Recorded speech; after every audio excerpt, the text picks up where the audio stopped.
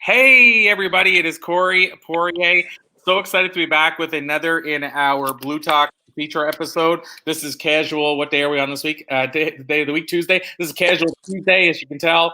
It's tank top day, but I'm trying to bring my own sunshine here. I was just telling Don, who will be introduced shortly, but I was trying to bring my own sunshine. It's pouring and raining here, but it's not working. But I might as well just be as casual as possible anyway.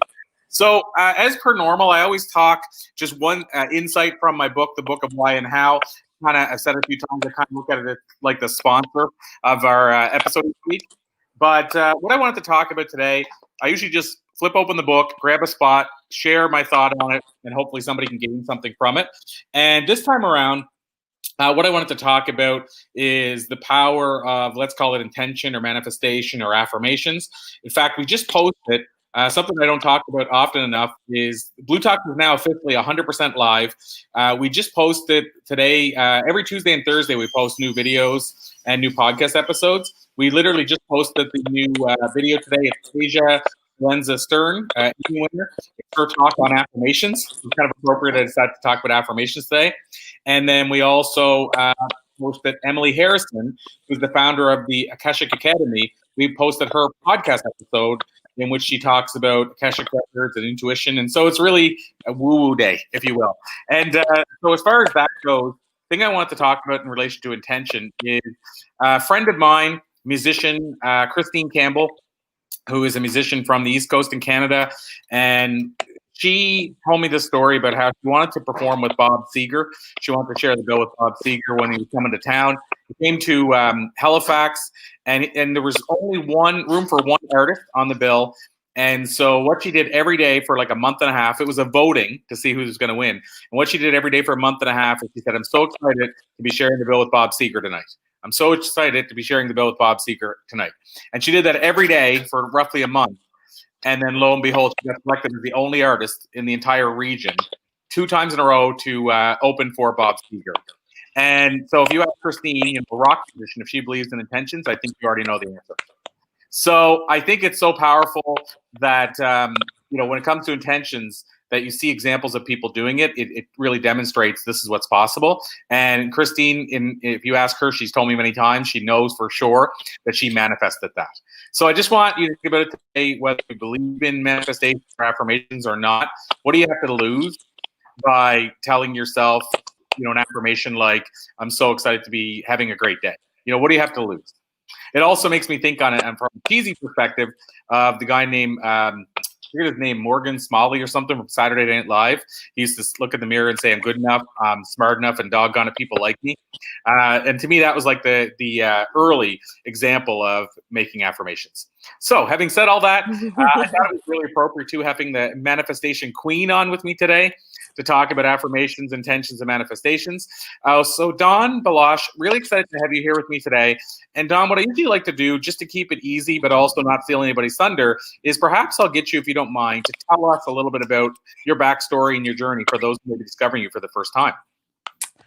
Oh, thank you for the introduction, Corey. I am so excited to be here today too. I guess my story starts a few years ago. Well, many years ago. My background is in psychology, and I worked for most of my adult life as a behavioral specialist, working with adults and kids with disabilities, and in human services and social services. So I about almost 5 years ago, made the decision, or was having a meltdown, I guess, midlife crisis kind of situation, and was burning out. And I realized that I was not happy with what I was doing anymore. It was just too much work, not too much work. It was just taking a lot out of me and away from all the things that I actually wanted to do. And so I made the transition into working as a manifestation coach. And so that journey started about 4 years ago. And when I actually quit my job, moved away, I did all these crazy things, and it was like, I don't know what I need, but I need something different. And so that's where I found spirituality, and that's actually where I found manifestation. And so I think I've always, and what I discovered was that I've always been this amazing manifester. I just didn't know I was doing it. And so that's what I teach people now, is that we are manifesting whatever we're bringing into our lives. We just, whether we know about it or not. And so I teach people how to use it to their advantage so that they can actually manifest being on stage with Bob Seger, manifest trips and money and whatever they want, their dream job, whatever. So that it's not, we're just not on default. So I love that. And I have to say as well, Dawn, that because I'm thinking now of Tasia's video that I mentioned, her Blue Talk that, again, just dropped today. And she talks in it about how a big, powerful moment for her was when she realized, for better or worse, meaning with manifestations and affirmations, she never thought about the fact that it's neutral. And so you're also drawing what you don't want into your life if you're thinking about those things. And I know we hear, if anybody's watched The Secret or heard about Law of Attraction, I know they talk about how if you don't want something, don't think about it all the time. So, for example, if you want more money in abundance, don't think about, I wish I didn't have so much debt, because the universe hears debt. And so, let's create more of that. But I guess the question ahead of that is, how can we, what strategies do you give people for attempting not to fill their head with stuff that they're going to create if it's what they want? So in other words, if you think about debt, it's hard for a person that's been in debt forever to think about abundance. It's a struggle if you're not used to that. You're thinking, I'm going to get out of debt. I'm going to get out of debt. And of course, it's creating more of it. So what kind of training, or how do you help people start at least trying to switch that up so they're not conditioned to keep wishing in the things they don't want? Well, I think I always start with language, right? So if you are wanting more abundance, you have to ask for more abundance, and you have to replace words like debt and I don't want, and I like any of those negative connotations, right? You have to replace those with words that you do want, and using the wordage and the language that you do want. So I want abundance. I want freedom, financial freedom, and try, and even though there is debt, that debt isn't going to go away until it's gone, of course. But just replacing those words, so that's what we start to think about. And I also really, really, really reinforce that baby steps are still steps, and those are small successes, and those are the successes that we have to focus on and celebrate. In my group that I have a free Facebook group, and that's what we talk about. Every Friday we celebrate whatever success it was. It doesn't even matter if you manifested $10 or $1 million. Those are celebrations. And so I think those two things are huge when we're trying to manifest whatever it is we're trying to manifest, because all that conditioning and it does take a long time, and knowing we have to have patience. That's the other thing, right? It just doesn't happen overnight. We have to retrain ourselves of 30, 40, however many years sometimes of the conditioning that we've created in our minds. So it doesn't happen overnight. Oh, well, it's I like that you said about baby steps, because I want to get your take on this.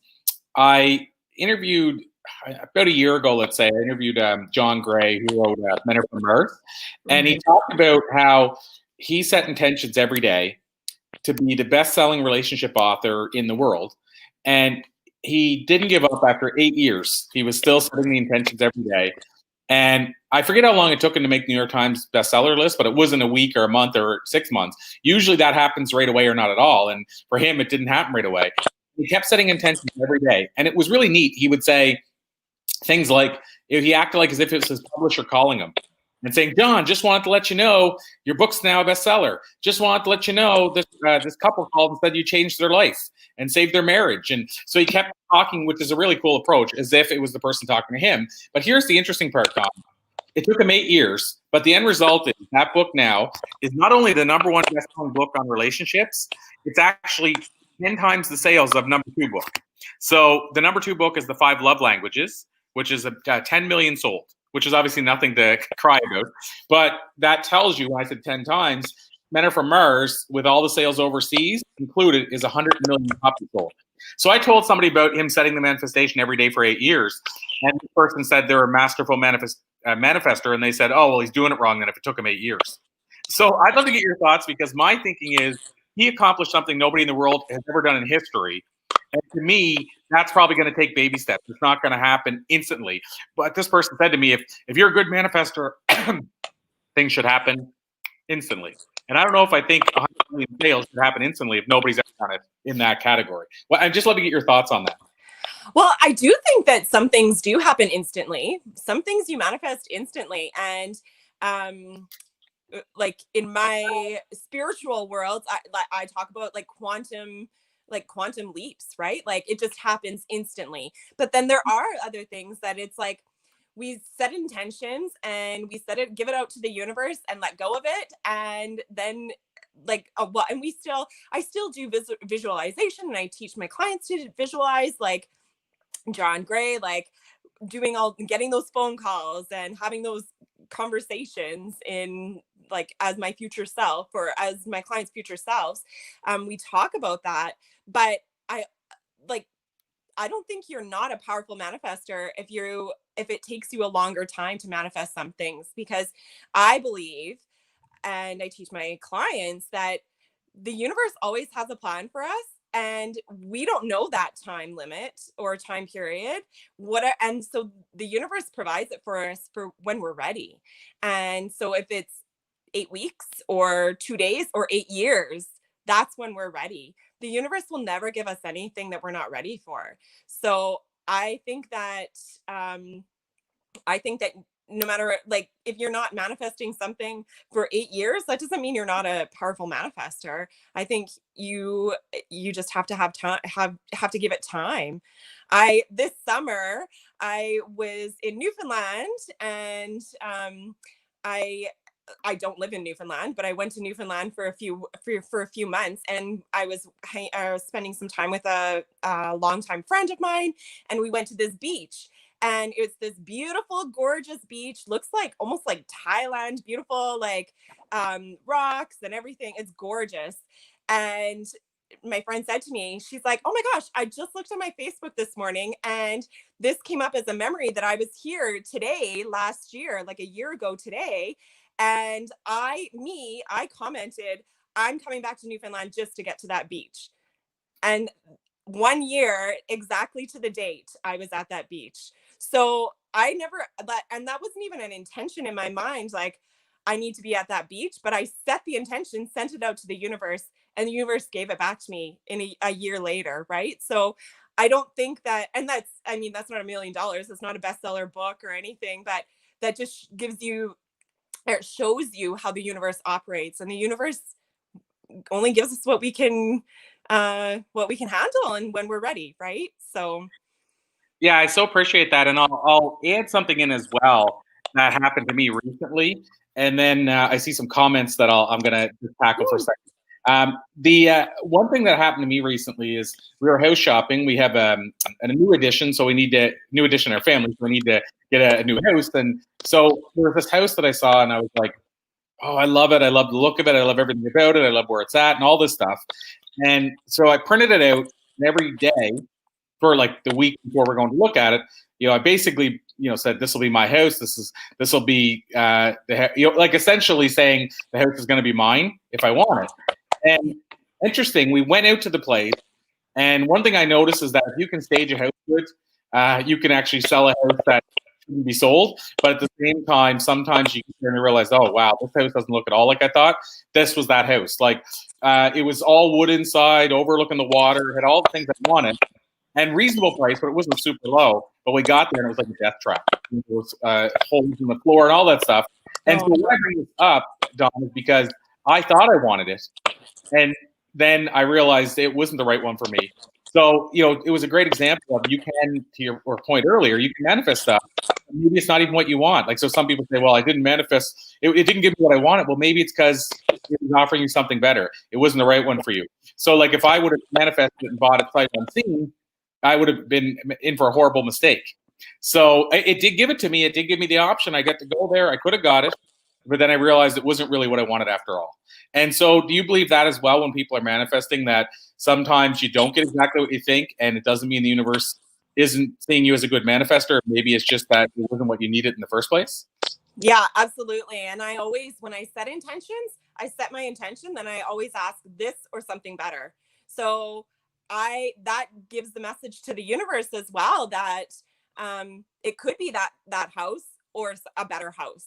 So I want this beautiful house that I'm picturing in my mind, and I have the printout that I printed out, but until I get there, the universe knows that that's not the house for, or the universe always knows, but until you get there, you don't actually know, but the universe knows that there's something better out there for you. So I believe that there's huge power in that. And so, yeah, I think that once we know that there could potentially be something better than what we're even asking for, then that gives us even more power as manifestors. Yeah, so I love that, this or something better. And I didn't get that when I first, for example, watched The Secret. I didn't get this or something better. And Mm-hmm. there are a couple of things that, and I want to circle back on this in a second, but there are a couple of things that I learned after watching The Secret that helped me more, because I was kind of thinking in the wrong direction and thinking in the wrong way after watching it. Like, I mean, not for nothing, but whenever it shows a genie and a lamp and says you can rub the lamp and have a motorbike out your house by the morning if you think really hard, it kind of leads some people to believe that this thing either does or doesn't work. So if you go outside and there's no bike, this thing doesn't work. And so I kind of, some of that stuff, it was a struggle for me to realize how to really use it. So this or something better helped me a lot once I discovered that. And just like synchronicities, I believe synchronicities are happening for us or to us, but just because it seems like this is the thing we're supposed to act on, and we don't because something else got in our way, I believe that's the universe's way of saying this wasn't the synchronicity for you. So anyway, I like that you added that in, and I promise also, and I'm going to circle back to that whole thing about the secret and get your thoughts on something, but I just want to note a couple of comments. So Mark Nixon, who's a fellow Bluester, said, "Hey friends, Blue Talk is the place to be. Connect with real people who have amazing and inspirational stories. Live your best life and flip your script today."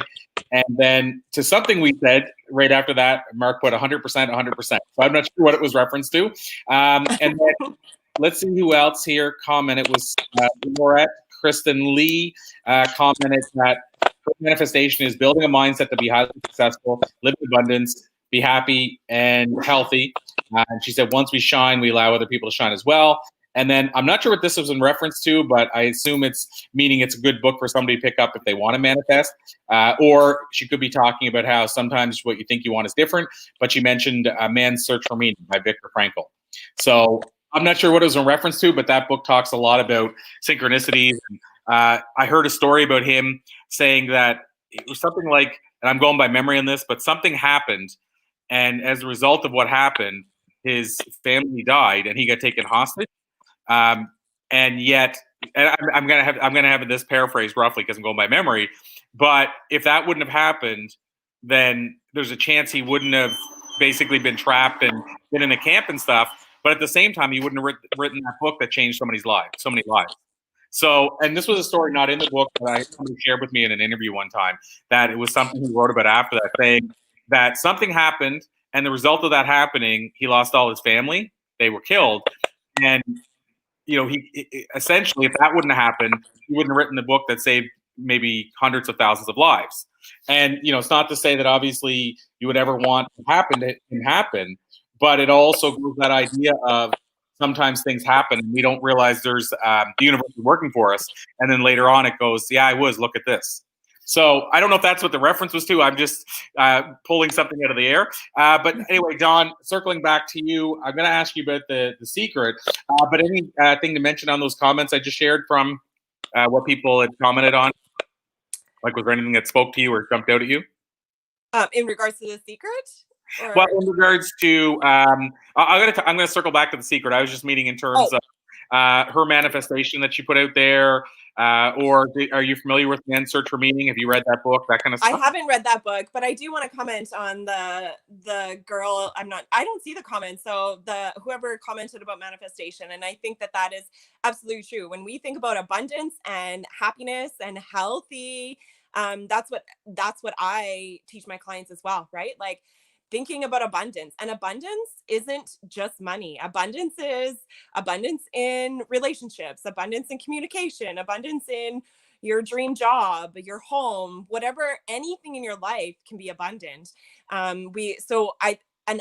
know that a lot of people believe that abundance is only money. So I also teach my clients to re to restructure their thinking around abundance, because it's not just about money. And of course we all want money, but we also have to, like, having abundance in our lives, like joy, just having joy is abundant. And so thinking about it in that way we have to change the way we think in order to create more abundance and more happiness and more peace and whatever we're looking for, more bliss, right? Like whatever we're looking for, we have to think about it in every area of our life, because whatever is going on in one area of our life, it trickles into another area. It's all the same, right? So yeah, I think we have to think about our whole lives in like holistically as abundant. Well, and I'm gonna circle back around to the secret thing, because I said it a couple times, so I want to make sure we tackle that. But I have to say, one of the things that got me thinking about as we're talking right now is how I don't always sit down and do a practice of affirmations or the traditional approach, let's say, to manifesting. But one of the things that I do that they talk about often in a lot of books, especially the older books on manifestation, I was looking for the book that I was just reading recently, The Science of Getting Rich, which is not about, in my opinion, it's not about money. It's about who you have to become that person. And then same with Think and Grow Rich. If people who read that book know, it's not really about money. It's about wealth. And to your point, wealth doesn't have to be anything to do with money. It's becoming a wealthier person as a whole. But for me, I realized one of the things they talk about is constant visualization with a definite purpose. And that's something that I do even when I'm not practicing the traditional manifestation or affirmations, meaning that if I'm thinking about something, like give you an example, if my book, let's say, I wanted to become a bestseller, then anytime I'm working on the book, I'm constantly visualizing what that would look like, what that would feel like if I hold it in my hand. But I don't ever say to myself, like, I don't ever sit down to visualize it. I don't ever, it's just like when I get stuck on something that I want to achieve in my life, I won't let go of it. But it's interesting because I don't do any of the traditional approach. I literally just won't let go of it. It's just my personality. But then people say, well, how'd you achieve this? You're so lucky. But I think it's just because I basically turned on this system of I'm not going to let go of it until it happens. And I don't know what your thoughts on that are, but I hear a lot about, you need to constantly do the repetition. Well, I think it's just that I'm always fixed on. It's like I have a picture of it up on my wall, but it's in my head all the time. Yeah, absolutely. And I think when people are starting to, like, when they first want to practice manifestation, I have all of those kinds of things, right? You need to practice. You need to set time aside to visualize. You need to set time aside to write down affirmations. You need to create a vision board. Those are all really like preliminary, I guess, tools to create that mind, like that flow, right? It sounds like that's what it sounds like to me. Like you already have a flow, you know how to do it. So it's not like you need to sit down and do it because it's just happening naturally.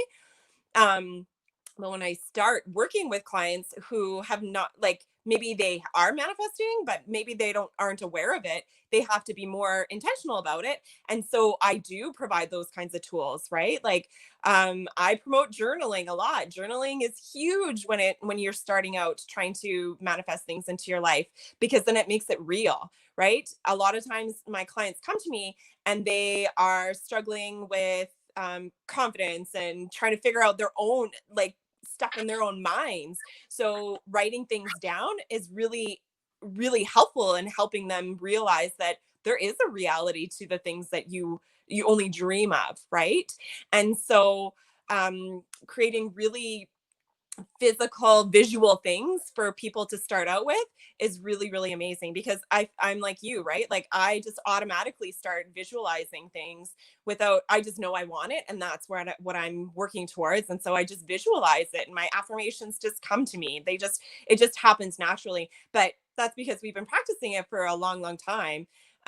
So it is definitely, the tools are very, very helpful. And then once you get into a flow, then it just happens, right? So Well, and having said that, I mean, we have my girlfriend and I each have a vision board on our wall when you go upstairs, and it's funny because it's the only thing on our wall that's like I don't know how you describe it, but it's like the only thing on our wall that's not like something you could buy at a store. Like it's all hacked together. It's like the best way I can say it is it looks like kids did it for us, and it's the only thing in the house on the wall that looks like that. And then in my office, I have other vision boards. So I have a specific vision board in my office around a documentary I was working on and who I wanted to have on it, and I had their pictures all posted.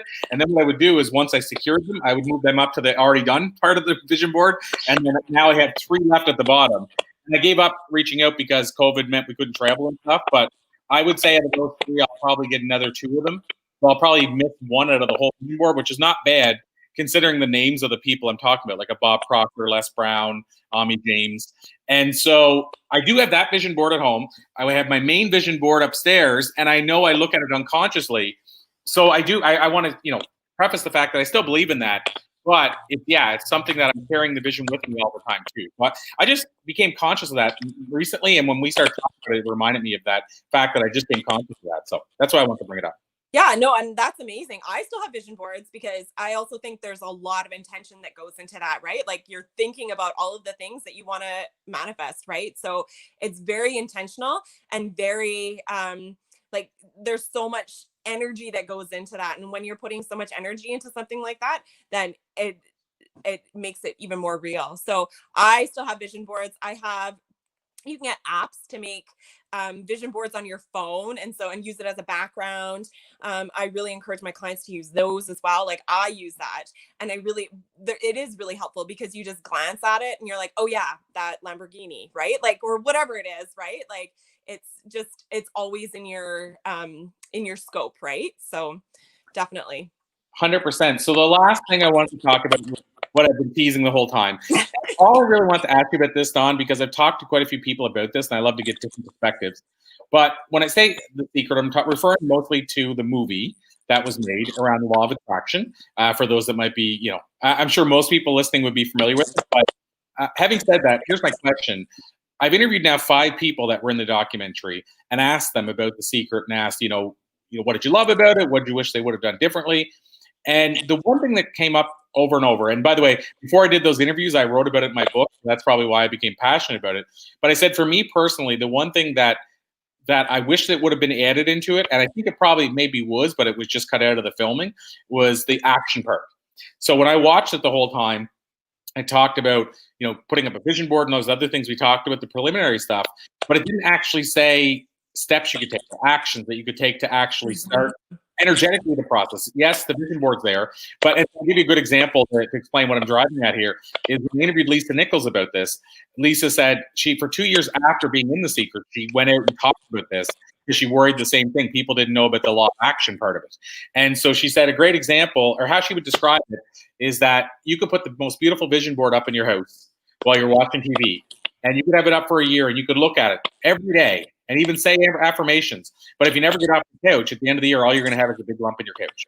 Yeah. And so that to me is what I'm driving at, is that I felt like there were some action parts of it missing. And I just love to get your take on that. You don't have to, of course, agree on that, but what are your thoughts on that? Do you think that some people maybe didn't know how to take action after seeing it? Yeah, absolutely. I can definitely agree with you. I read The Secret about 11 years ago, and I was blown away, just like everybody else who reads The Secret for the first time. But I also think, like, when The Secret came out, and The Secret came out like years before that, I believe, anyways. But when it came out, there was just like so much hype about it, and like, oh, what's the secret? What's the secret, right? And so I think it was easy to just say, here's the secret, because people just wanted to know what the secret was, right? So there was so much hype about it that having no action steps was kind of easy to get by with in the book, right? But yeah. I agree. I absolutely agree. Like, I read that book about 11 years ago and loved it, got a lot of information out of it. Like, oh yeah, there's lots of things like I could be doing in my life, and changed my way of thinking a lot in a lot of areas of my life. But you're right. The action, I didn't take any action. I didn't know. The Secret gave me no information about the action steps. And so that is something that I teach my clients as well, right? Like, I talk to them about taking inspired action. Like, if you see, like, the opportunities they're surrounding us, opportunities are everywhere. But if we're not watching for them, then we won't to take them, and we're not going to move forward. We're not going to meet those goals, right? So it is like having that vision board on your wall and nothing happens because like you're just staring at it if you're not doing anything about it, right? So yeah, I definitely have to agree with that. And yeah, I think that there is, I mean, there's 12 laws of the universe. And so we can't, I mean, there's probably a book about each one of the laws. There is, right? Like, and so once we gain more and more knowledge about each of those laws and how the universe works, like that's when we become massively powerful as manifestors, because we just learn how it works and we're just more aware, and we realize how crucial and how important and how big of a role we play in the creation of our realities. So so yeah, like those are just two laws of the universe that play a whole bigger role in how we are in the world and how we create our own realities.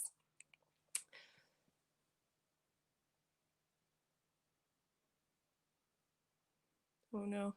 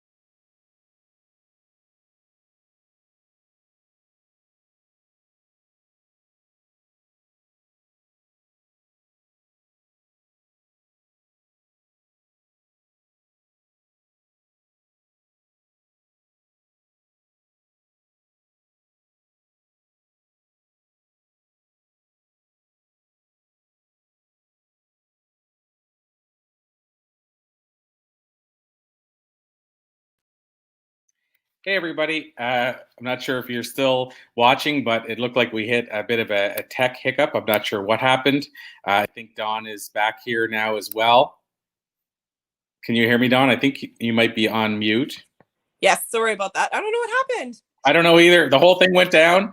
First you went down, then I went down, then it all went down, and then it came back up. So I'm not sure what happened, everybody. But the good thing is the stream is still going. So it's not like it stopped and we have to start a new stream. So I think we caught most of your response in relation to the secret. And then I was just going to add in that about that, because you meant where you're at is you said that both those laws play a part in the bigger scope and bigger picture. And so, yeah, I feel like this is very helpful for people that maybe struggled with the secret, watched it, and then went, "Oh, this didn't help me manifest everything I want in my life." So I'm just happy you shared that side. And having said that, I think you said sort of the same thing as well. The secret blew your mind. Same with me. I always like to mention to people that when I say this, the secret was a very important part of my life, and I love the fact that it exposed more people to this part of the world than probably anything else as far as the movement ever has. So please, understand too that it's not to take away from the secret, but I think like everything, you always worry about those people who got lost in the shuffle, and I think not having the law of action, maybe that happened, but at the same time, you have to look as producers of a show, or documentary in this case, they had to also probably look at what was going to serve the most. So most amount of people and pull the most amount of people in. So anyway, I just wanted to add that in. But Dawn, anything else you want to add on that? I know you got cut off on that, but that was my takeaway from what you had shared as well.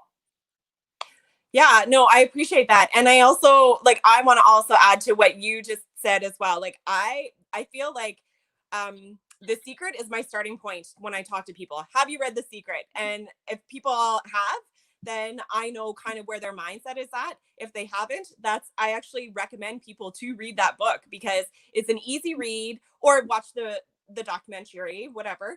But it's just a really great way to get the information as a starting point, because there's so much more to how we manifest and what we can use, the tools, and build our awareness. There's so much more. And so that definitely is my starting point. I'm not bashing The Secret. I think it's a really great introduction to manifesting for sure. Yeah, and I thought I'd circle back to that because I always want to make sure people recognize that as well, that we cover both sides. But I'm the one who brought you into the conversation too, so I wanted to give you at least that option to share that too. And also, I like to always add that. I mean, in my book, when I talk about it, it's one of the first things I say is that, I love what it did for the, let's call it new age, what term we want to put on it, woo woo, whatever we want to call that, energy sphere, whatever that is. There's a lot of people that until this came along thought this is all this pixie dust, and it doesn't exist. And there were a lot of people that all of a sudden said, whoa, what is this thing? What is this manifesting stuff they're talking about? So it was, as you said, it was the introduction for so many people. So I just wanted to add that in. So Don, the most important question that I've asked you today is about to happen right now. And it's simply, if people want to learn more about you, from you, work with you, learn more about the work you do, is there a hub or a place that you would normally send them? Yeah, so I have a free Facebook group that I mentioned. So it is called Transform and Manifest Your Epic Life. So feel free to look it up, and I can add you in if you're interested. Yeah, and so that's my main hub. I also have my Instagram account, which is Manifestation Queen with an E on the end. And yeah, that's about where we're at these days. Awesome. And then the Facebook page again, if they're searching it, what was the name again? I'm going to try to go put it on each one, but each post, just in case. Sure. It's called Transform and Manifest Your Epic Life. Transform and Manifest Your Epic Life. Yeah. Okay. Perfect. Yeah, like I said, I want to make sure I try to find it and put it in some of the comments here. So awesome. Don, Balash, this has been an absolute pleasure. I knew it would be. I thank you for making the time for us and with us today. We're, like I said, we're in a thunder shower and storm here, probably part of the hurricane. And so the technology, I mean, the universe may be, taking a break. Maybe the universe needs a break from technology too. Maybe that's what shut us down for 2 or 3 minutes. But I think it's cool that we're able to get back up and finish it off. So I thank you. I salute you. I honor you. Thank you for being here. And we will keep spreading the word for all the great things you're doing. Excellent. Thank you so much. Awesome. And thanks everybody for tuning in. And just a final note, if you want to see more about Blue Talks, you can go to bluetalks.com. You can find us on YouTube, looking up Blue Talks as well. The podcast is on iTunes. It's actually, I think, number 13 right now in the charts. So it's been doing really well. It's over on iTunes under Blue Talks. And then the new book series is out, which is under bluetalksbook.com. So lots of different hubs you can go to find out what's going on with Blue Talks. So thank you all for giving us the purpose. Thank you, Don. Thank you, everyone. Have an amazing rest of your Tuesday.